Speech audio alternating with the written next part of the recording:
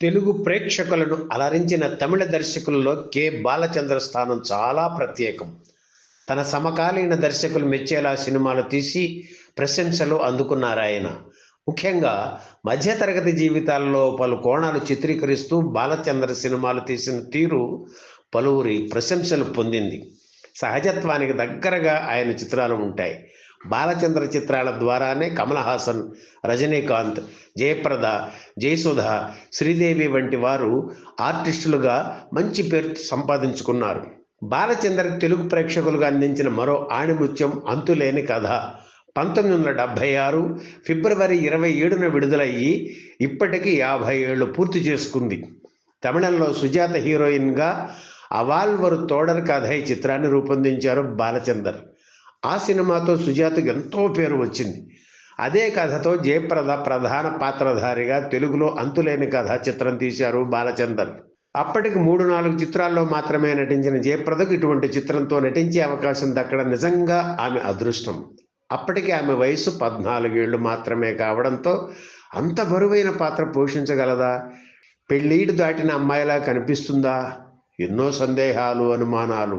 అయినా సరే మొదట మేకప్తో మాయాజాలం చేద్దామనుకున్నారు బాలచందర్. తలకు విగ్గు పెట్టారు. సన్నగా ఉండే జయప్రద కొంచెం లావుగా కనిపించడానికి లోలంగాలు 1కి 2 వేయించారు. గెటప్ ఓకే అయింది.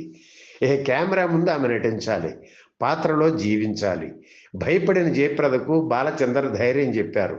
నేను చెప్పినట్లు చెయ్యి చాలు అన్నారు. అంతే, జయప్రదకు అంతులేని ధైర్యం వచ్చింది. ఆమె ప్రతిభ వరద గోదారిలా మారి పరుగులు తీసింది.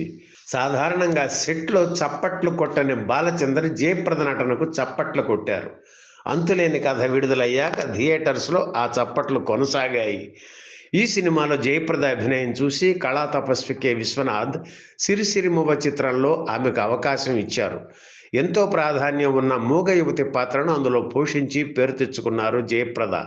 ఆ తర్వాత అడవి రాముడు చిత్రంలో నటరత్న ఎన్టీఆర్ సరసన నటించే అవకాశం రావడం, ఆ చిత్రం సూపర్ హిట్ కావడంతో జయప్రద స్టార్ హీరోయిన్గా ఎదిగారు.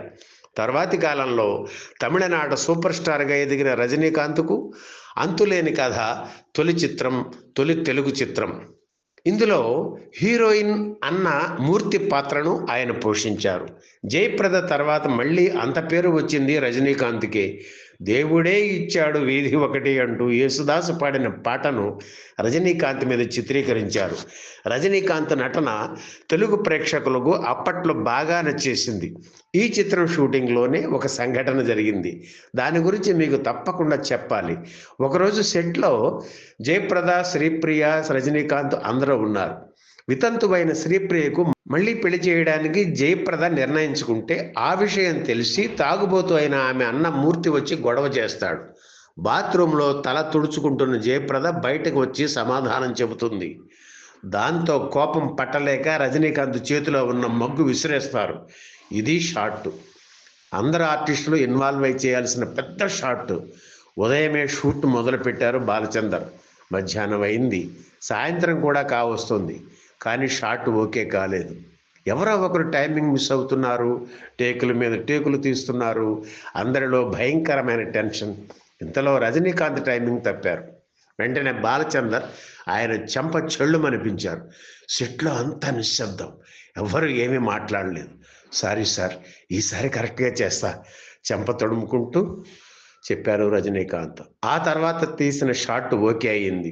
తమిళ వెర్షన్లో కీలక పాత్ర పోషించిన కమల్ హాసన్, తెలుగు చిత్రంలో మాత్రం సరిత పాత్ర పోషించిన జయప్రదకు బెంగాలీ బాస్గా నటించారు.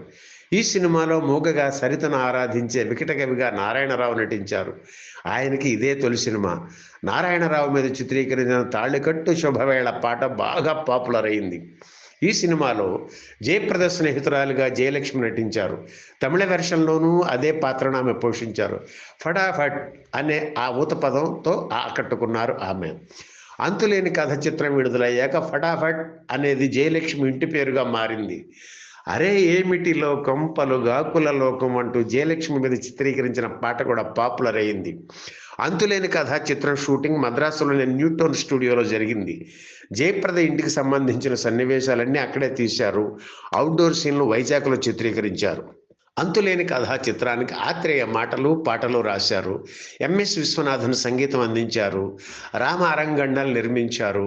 1976 ఫిబ్రవరి 27న అంతులేని కథ చిత్రం విడుదలైనప్పుడు ఎవరికీ ఎలాంటి అంచనాలు లేవు. ఎందుకంటే ఇందులో భారీ సెట్స్ లేవు, రెగ్యులర్ డ్యూట్లు లేవు, ఫైట్స్ లేవు, హీరోలు లేరు, విలన్లు లేరు. దాదాపు అంతా కొత్త వారితో బ్లాక్ అండ్ వైట్లో తీసిన సినిమా ఇది. ఇందులో ఉన్నదంతా మధ్యతరగతి మనుషులు, వారి మనస్తత్వాలు, ముఖ్యంగా ఒక యువతి కన్నీటి కథ. మామూలు మధ్యతరగతి కుటుంబంలో జరిగే ఈ కథను అప్పట్లో జనం ఎంతో ఆదరించారు. ఇప్పటికీ టీవీల్లో ఈ సినిమా చూసి జయప్రద త్యాగానికి 2 కన్నీటి బొట్లు రాలుస్తుంటారు. ఆనాటి మధ్యతరగతి యువతులు సరితలో తమ వేదనను వెతుక్కున్నారు. ఈ సినిమాలో తన కుటుంబం కోసం ఎప్పుడూ త్యాగం చేస్తూ ముందుకు సాగిన సరిత ఒక దశలో పెళ్లి చేసుకోవాలని అనుకుంటుంది. అదే సమయంలో ఆమె అన్న హత్యకు గురి అవడంతో తన ప్రేమను త్యాగం చేసి తను పెళ్లి చేసుకోవాలనుకున్న బెంగాలీ బాస్కు చెల్లెలను ఇచ్చి పెళ్లి చేసి కుటుంబం కోసం తను ఒంటరిగానే మిగిలిపోతుంది. సరిత అంటే నది అని అర్థం. నదిలా ఆమె జీవితం కూడా అంతు లేకుండా సాగుతూనే ఉంటుందని చెబుతూ సినిమాను ముగించారు బాలచందర్. ఈ సినిమాను ఇప్పటికే మీరు అంతులేని కథ చిత్రాన్ని చూసే ఉంటారు. చూడని వాళ్ళు మాత్రం వీలైతే ఈ చిత్రాన్ని ఓసారి చూడండి. మనసుని తడి చేస్తూ సాగే ఈ సినిమాలో జయప్రద నటన తప్పకుండా మిమ్మల్ని ఆకట్టుకుంటుంది. ఈ వీడియో మీకు నచ్చితే లైక్ చేయండి, షేర్ చేయండి, వెంటనే సబ్స్క్రైబ్ కూడా చేయండి.